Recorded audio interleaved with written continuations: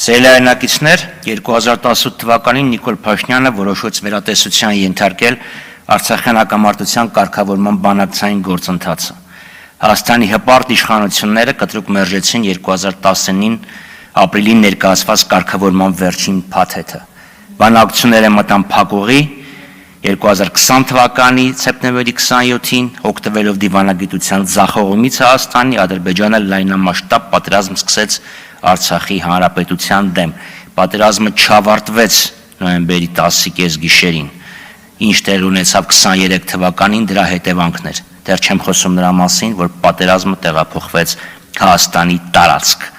Հոկտեմբերին Ադրբեջանի ցեղասպան գործողությունների հետևանքով Արցախը հաթափվեց եւ մեր 120,000 հայրենակիցները ստիպված եղան ապաստան գտնել Հայաստանում։ Այսօր Հայաստանում ապրող մեր արցախցի քույրերն եւ եղբայրները բազմաթիվ դժվարությունների են հանդիպում՝ իրավական, հոգեբանական, սոցիալ-տնտեսական։ Պատահական չէ, որ նրանց մի ստվար զանգված լքել է Հայաստանը։ Բնականային ապահովման պետական աջակցության ծրագիր օրինակ ձախողվել է։ 25,000-ից 30,000 ընտանիքների մի փոքր մասն է այդ ծրագրի շահառուն դարձել։ Տրամադրվող գումարը չնչին չի կարող բավարարվել բնակարան գնելու համար, մանավանդ փոքր ընտանիքների դեպքում։ Գումարից բացի ծրագրից օգտվելու պայմաններն անհասկանալի սահմանափակումներ են ենթադրում։ Օրինակ, եթե շահառու ընտանիքների երեխաներից մեկը շնորհալի երեխա է եւ ինչ որ բարեգործի աջակցությամբ մեկնում է արտերկից սովորելու, ընտանիքը զրկվում է այդ աջակցությունից, տնից է զրկվում։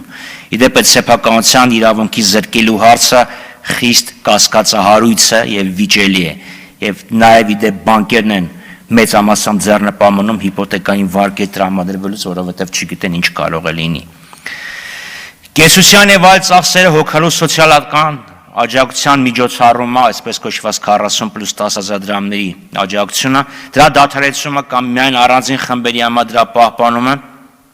հանգեցնելու աջակցության կարիք ունեցող տեղահանվածների շրջանում սոցիալական անկանոնության խորացմանը։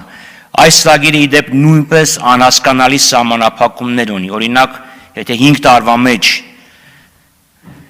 ինչ որ մեկը 10 օրով այցելում է իր ազգականի տուն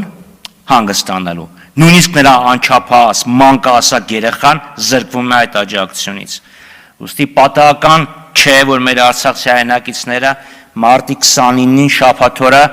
ժամը 3-ին Ազատության հրապարակում հանրահավաք են կազմակերպում բարձրացնելու իրենց սոցիալական, իրավական եւ այլ իրավունքների ոտնահարման մասին։ Պես մենք մեր բոլոր հայրենակիցներին կոչ ենք անում միանալ արցախցի մեր քույրերին եւ եղբայրներին պահանջելու կառավարությունից լուծել արցախցիների առաջև ծառացած խնդիրները, մինչեւ ապահովի նրանց վերադարձի իրավունքի եւ սեփական ճակատագիրը տնօրինելու իրավունքի իրացումը։ Շնորհակալություն։ Ալխաս Ղազարյան։